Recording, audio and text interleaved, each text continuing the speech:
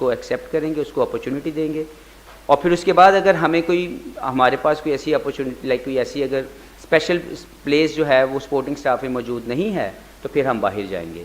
तो इसमें एक सिंपल सी एक क्लैरिटी है कि हमने पाकिस्तान के वो तमाम लोग जो हमें लगता है कि उनके कैरियर में भी उन्होंने बहुत शानदार कामयाबी हासिल की, विद द सेम टाइम जब वो अपने इस एक ट्रांजिशन पीरियड में आए और उन्होंने अपने आप को एज ए कोच अगर प्रेजेंट अपने आप को कहीं पे भी किया हुआ है और अगर वो विलिंग है to work for Pakistan, so they were our first priority.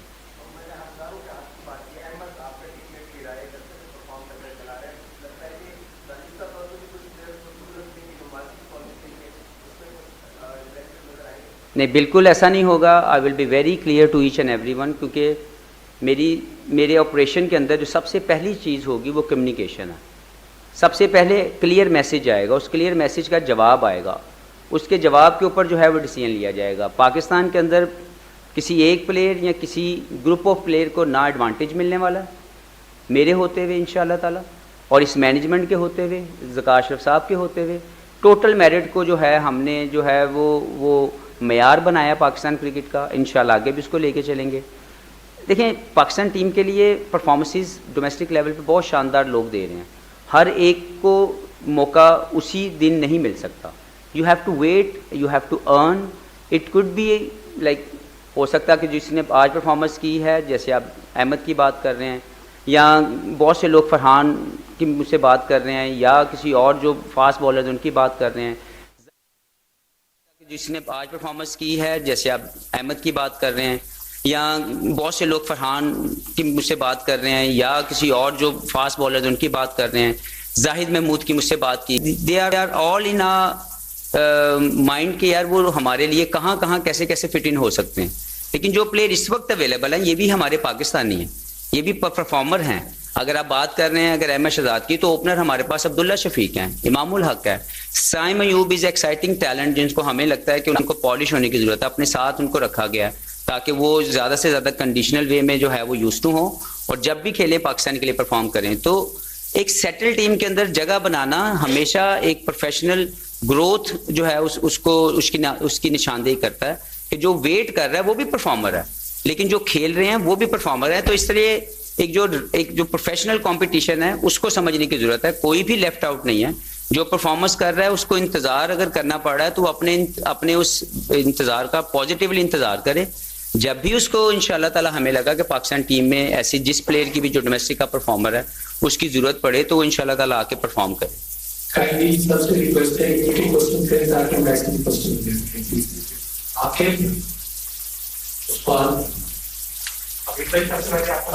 Thank you.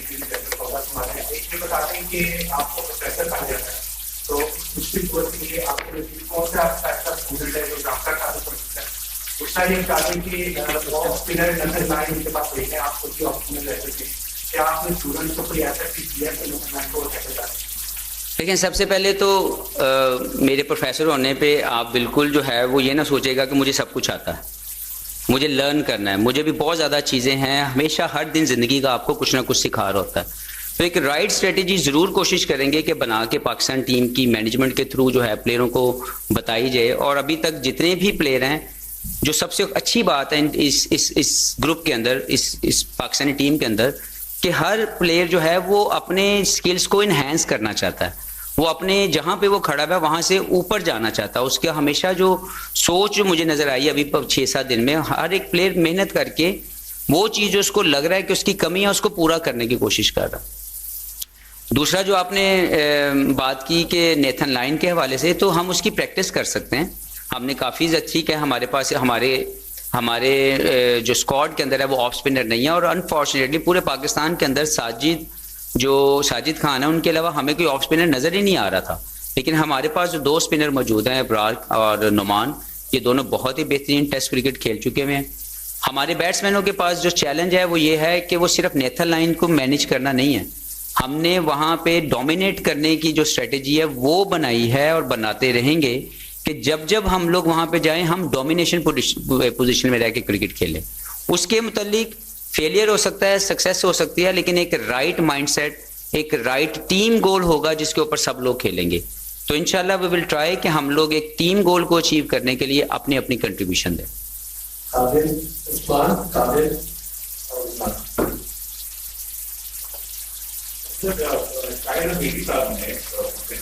Programme में की कप्तानी कराने के हाथ में नहीं थे वो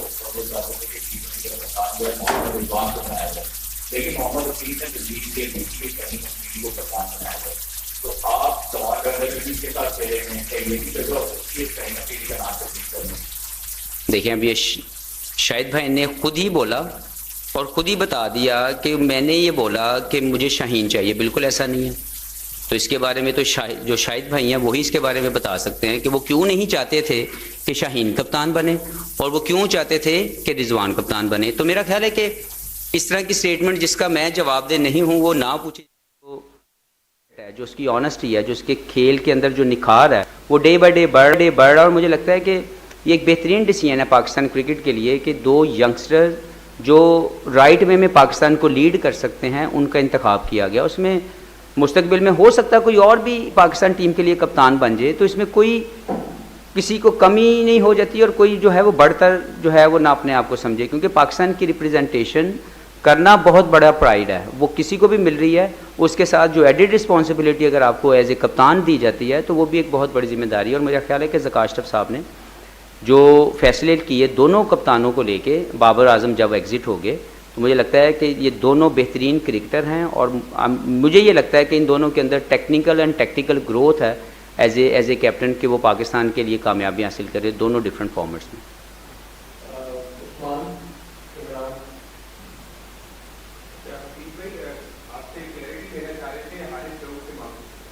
जी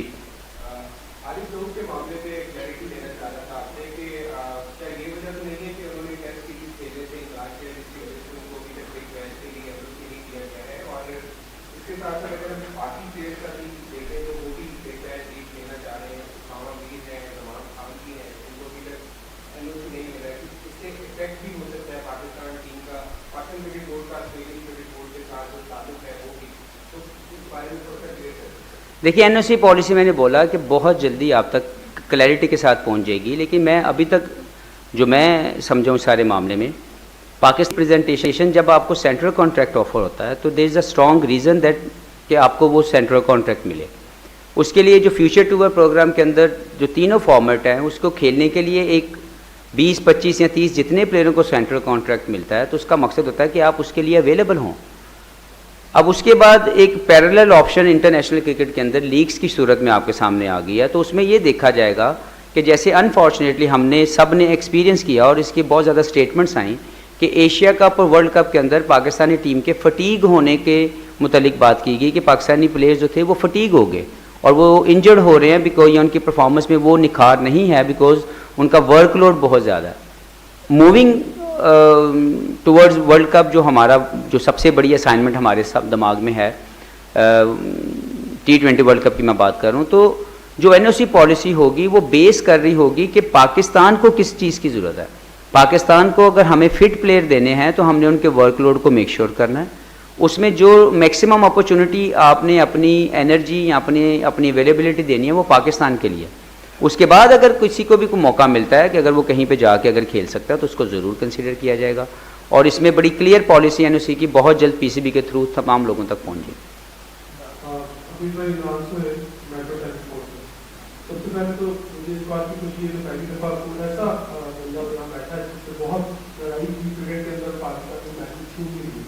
लेकिन मैं वहाँ पर ये रखता हूँ कि अगर आप यहाँ पर आए हैं तो आपका एक गोल बताना पड़ेगा आपको कि आप क्या सोच कर इस सीट पर आए हैं कि आपको क्या करना है और आपका टारगेट क्या है, क्योंकि यहाँ पर कुछ पता नहीं होता कि आप अपनी सीट में हैं या नहीं है, मैनेजमेंट है या नहीं, आपको रखी है नहीं होती, इन बेसिस पे आप करने आए हैं।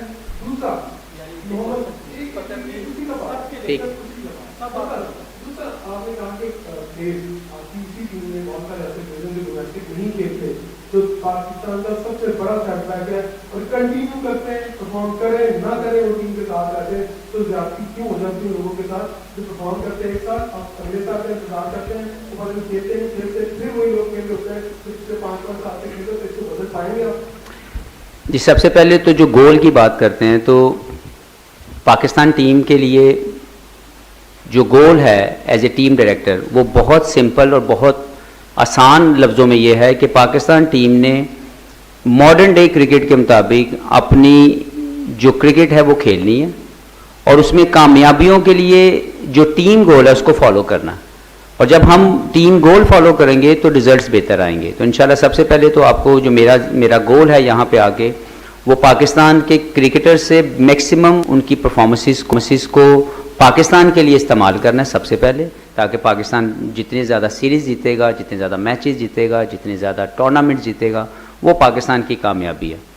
वो मेरा एक गोल है जिसको मैं लेके आया हूँ। और दूसरी मैं बताता चलूँ कि देखें, मैं यहाँ पे जॉब करने नहीं आया, मैं सर्विस देने आया हूँ। मैं ये सोच के आया हूँ कि मैंने पाकिस्तान क्रिकेट की जो भी इस वक्त की मौजूदा सूरत हाल है इसको बेहतर करने की अपनी हम्बल कैपेसिटी में कोशिश करनी है। और उसमें मैं अकेला कुछ भी नहीं कर सकता जब तक जो मैनेजमेंट है, पूरा पाकिस्तान के जो फैंस हैं जो हमेशा पाकिस्तान को बहुत ज़्यादा सपोर्ट करते हैं, मीडिया का रोल बड़ा इंपॉर्टेंट होगा कि अगर कहीं पे गलती या कोई ऐसी चीज़ है कि हमसे अगर गलती हो रही है तो उसकी निशानदेही की जाए। और उसकी निशानदेही के अंदर हमेशा जो है आपको सीखने का मौका मिलता है, क्योंकि ये हो ही नहीं सकता कि इंसान ये सोचे कि सब चीज़ें उसकी जो है वो ठीक हो रही हैं। तो मैं ये चाहूँगा और बार बार मैं इसको तो आपको कहूँगा कि आप कंस्ट्रक्टिव जो है क्रिटिसिज्म उसको ज़रूर करें, मैं उसको सुनूंगा, उसका जवाब दूंगा, क्लियर आपको मैसेज दूंगा। गोल मोल बात करने का ना मैं पहले कभी अपने कैरियर में मेरी आदत है, ना मैं आगे इसको लेके जाऊंगा। दूसरी चीज़ जो आपने मुझसे कौन सी बात की थी प्लेयरों के हवाले से, जी मैं उसी की तरफ आ रहा हूँ। देखें, मेरी अपनी समझ के मुताबिक, और मैं इसकी ऊपर मैं बड़ा स्ट्रांगली अपनी स्टेटमेंट भी दे चुका हूँ, और इंशाल्लाह ताला जो बाकी जो लोग हैं जो इस पॉलिसी को बनाने में अपना जो है वो मेंबर हैं, उनकी तरफ से भी यही राय है कि हमने पाकिस्तान की रिप्रेजेंटेशन को प्रायोरिटी के ऊपर रखना है और पाकिस्तान की डोमेस्टिक के अंदर क्रिकेट खेलने की जो ज़रूरत है उसको सबसे पहले प्रायोरिटी के ऊपर लेके आना है। Red ball cricket is the most important cricket, जिसकी वजह से पाकिस्तान के जो प्लेयर हैं जो अभी अनफॉर्चुनेटली हमें नज़र आ रहे हैं कि बहुत ज़्यादा प्लेयर रेड बॉल क्रिकेट से दूरी कर रहे हैं या उसको नहीं खेलना चाह रहे, हमें उसकी तरफ वापस लाने के लिए कुछ इकदाम करने पड़ने हैं। उसमें शायद किसी को लगे कि वो हार्श है, लेकिन that is the important part for Pakistan cricket कि अगर हमने पाकिस्तान की क्रिकेट को बचाना है और हमारी प्रोडक्ट जो जिसको हम शक्ल में देखना चाहते हैं, जब तक वो रेड बॉल क्रिकेट अच्छी नहीं खेलेंगे तब तक वो कोई भी क्रिकेट नहीं खेल सकेंगे, क्योंकि जो लंबी दौरानिए की क्रिकेट है वो हमेशा आपकी बेसिक्स ऑफ द गेम को पॉलिश करती है। और मैं ये चाहूँगा और इंशाल्लाह हमारी स्ट्रेटेजी के अंदर ये शामिल है कि हमने रेड बॉल क्रिकेट और लंबी क्रिकेट खेलने वाले प्लेयरों को ज़्यादा से ज़्यादा प्रमोट करना है और उनको ज़्यादा से ज़्यादा मौके देने हैं। और अगर कोई इससे पहले यहाँ से दूरी इख्तियार कर गया है तो उसको दोबारा वहाँ पे वापस लेके आना ताकि उसका खेल जो है वो बेहतर हो सके। यार मैं भी भूल जाता हूँ यार, थोड़ा सा एक ही रख लो।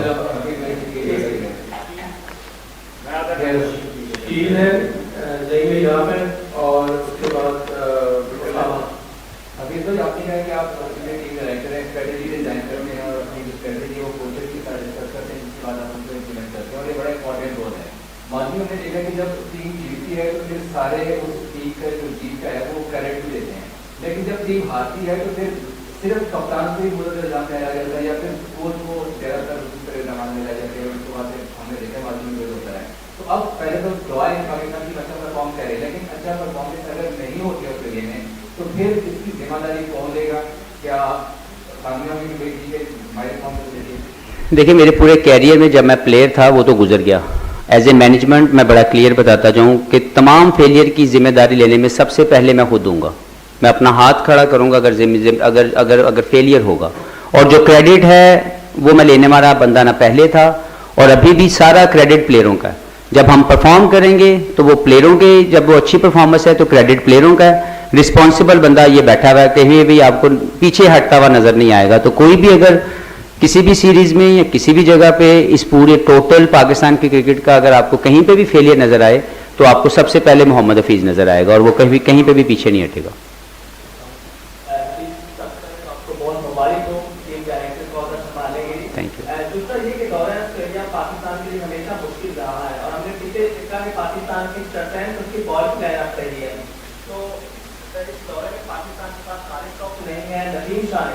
तो क्या समझते हैं कि उनके बगैर इस बॉलिंग लाइनअप के लिए कितने चैलेंजेस होंगे?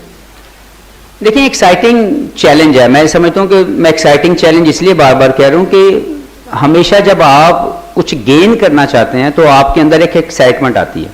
हमारे जो फास्ट बॉलर्स हैं ये पाकिस्तान के, अगर नसीम किसी वजह लाइक वो अगर इंजर्ड हैं तो उनके जाने से कोई इतनी ज़्यादा मैं नहीं समझता कि आप सिर्फ एक बंदे को जब आप मैच हारे हैं तो कह दें नसीम नहीं है तो इसलिए हम मैच आ रहे हैं। उसने अपना एक रोल प्ले करना है। जब भी इंशाल्लाह फर्स्ट ऑफ ऑल मैं विश करता हूँ कि जल्दी से रिकवर करें और पाकिस्तान के लिए दस्तयाब हों।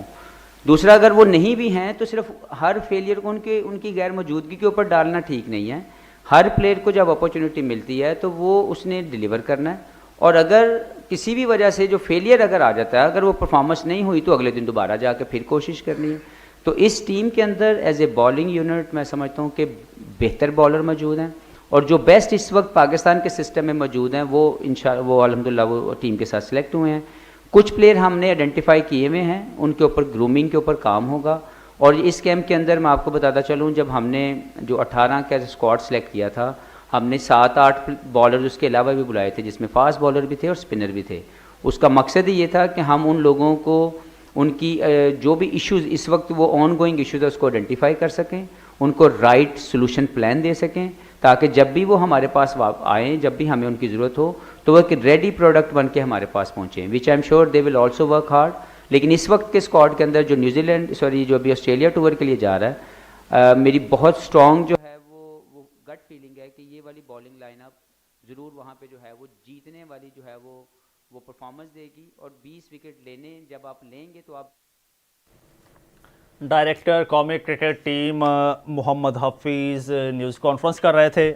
उनका कहना था कि मानना पड़ेगा कि हम मॉडर्न क्रिकेट से बहुत पीछे हैं और अब मिलकर बेहतर नताइज लाएंगे, खिलाड़ियों की सलाहियतों से भी फ़ायदा उठाएंगे। और मैं जॉब करने नहीं आया, खिदमात अंजाम देने आया हूं और गोल मोल बात करने का मैं आदी नहीं हूं। मोहम्मद हफीज़ ने कहा कि हम एक ऐसा प्लान दे रहे हैं जिसमें पाकिस्तान के तमाम बहरानों का हल हो और क्रिकेट के तमाम बहरानों का हल हो। खिलाड़ी अपनी खामियों पर काबू पाकर अच्छी कारकर्दगी की कोशिश कर रहे हैं और हम एक टीम बनकर कामयाबी के मैदान में उतरेंगे। अभी तक क्योंकि हमारी जो टीम मैनेजमेंट है वो आपके सामने नहीं आई, क्योंकि उसमें एक आध चीज़ टेक्निकल को थी, वो इंशाल्लाह बहुत जल्दी आप तक वो आ जाएगी। Total management of the team जो यहाँ पे टूर कर रही है, वहाँ पे ऑलरेडी हमने जो ऑस्ट्रेलिया के जो हमें ज़रूरत है, क्योंकि कंडीशनल जो एडजस्टमेंट रिक्वायर्ड है, स्ट्रेटेजिकल जो एडजस्टमेंट रिक्वायर्ड है, उसके लिए हमने वहाँ से जो है कोचिज़ को अपने साथ जो है इंगेज किया है फॉर दिस सीरीज़, और बहुत जल्दी आपको उनके नाम भी मिल जाएंगे। उनको इसलिए हमने जो है अपने साथ ऐड किया है कि वहाँ की कंडीशन के मुताबिक, क्योंकि उन्होंने वहाँ पे ज़्यादा टाइम गुजारा हुआ है, वहाँ पे उनकी कंडीशनल एडजस्टमेंट जो है वो ज़्यादा बेहतर तरीके से बता सकते हैं। तो इसलिए उनको हमने अपने साथ अपने सपोर्टिंग स्टाफ के अंदर इंगेज किया और इंशाल्लाह बहुत जल्द आपके पास नाम भी उसके जो है वो बता दिए जाएंगे।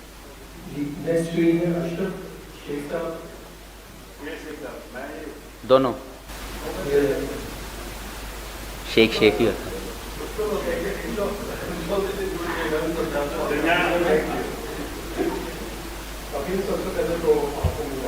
बहुत शुक्रिया।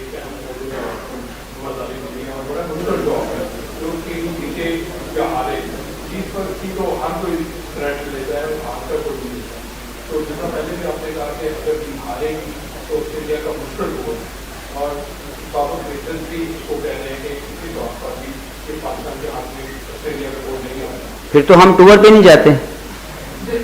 बिल्कुल आपने क्या, जिस तरह इंग्लैंड ने एक जारखाना टेस्ट क्रिकेट खेलना शुरू किया है, क्या हम उस तरह की क्रिकेट खेलेंगे या हम अपनी क्रिकेट?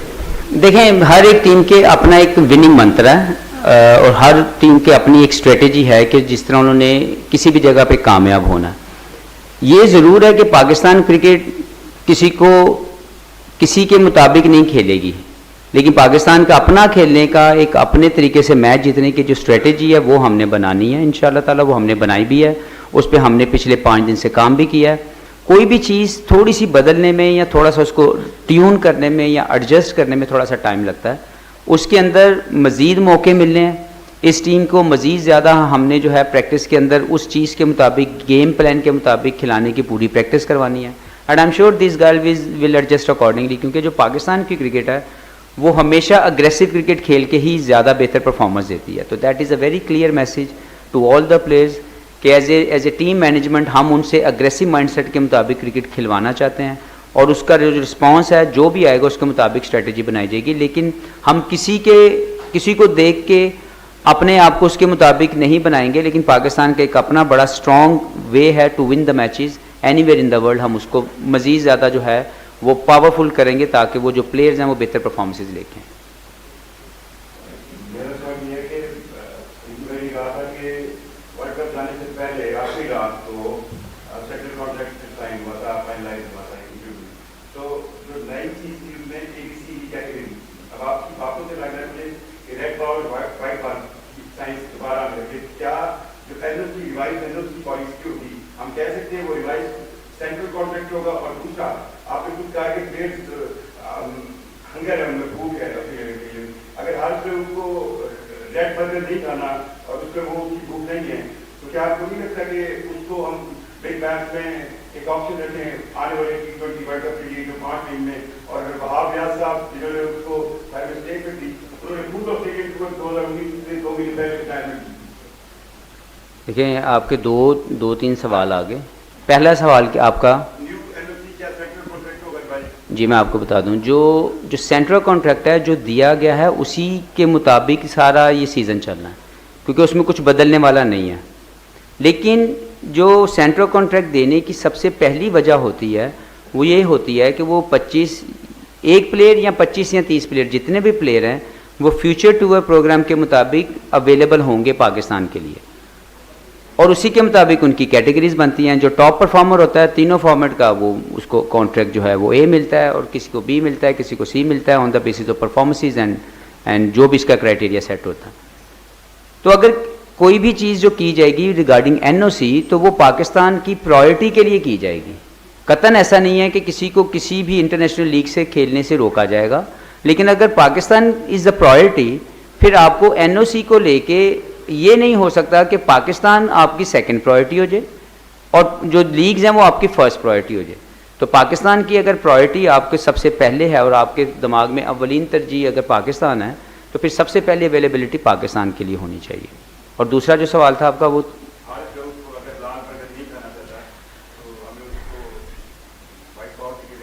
नहीं देखें, ये हर इंडिविजुअल की अपनी विश है। मैंने एज ए टीम डायरेक्टर जब मुझे ये रोल मिला तो मैंने सबसे पहले वो जो सेंट्रल कॉन्ट्रैक्टेड प्लेयर थे उनसे तो मुझे पूछने की ज़रूरत ही नहीं थी, because they have to be available.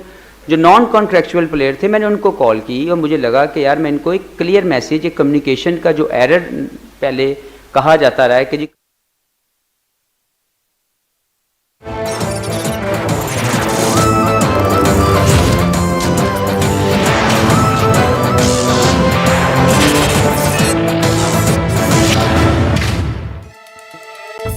Caramel, नूगा और कैडबरी चॉकलेट का मजेदार बूस्ट।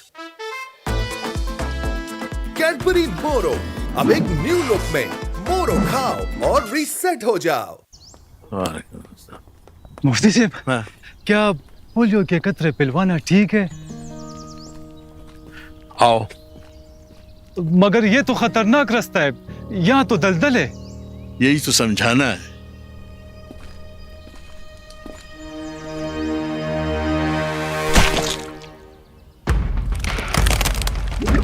जिस तरह ये दलदल इस लकड़ी को निगल गई है, इसी तरह पोलियो का मर्ज बच्चे की सारी जिंदगी निगल जाता है। भाइयों, पोलियो का कोई इलाज नहीं। पोलियो के कतरे हलाल हैं और सऊदी अरब समेत दीगर इस्लामी ममालिक में इन्हीं कतरों से पोलियो का खात्मा हुआ है। याद रखें, अपने 5 साल तक के तमाम बच्चों को जब भी पोलियो की टीम आए कतरे लाजमी पिलवाएं। फैसला आज करना है अगर कल बच्चे को चलना है। कैरमल, नूगा और कैडबरी चॉकलेट का मजेदार बूस्ट। कैडबरी मोरो अब एक न्यू लुक में। मोरो खाओ और रीसेट हो जाओ। This transmission is brought to you by Cadbury मोरो अब एक न्यू लुक में। मोरो खाओ और रीसेट हो जाओ। फैसला आज करना है, अगर कल बच्चे को चलना है। Lake City. Live the luxury. Soya supreme, इतना लाइट के थोड़ा और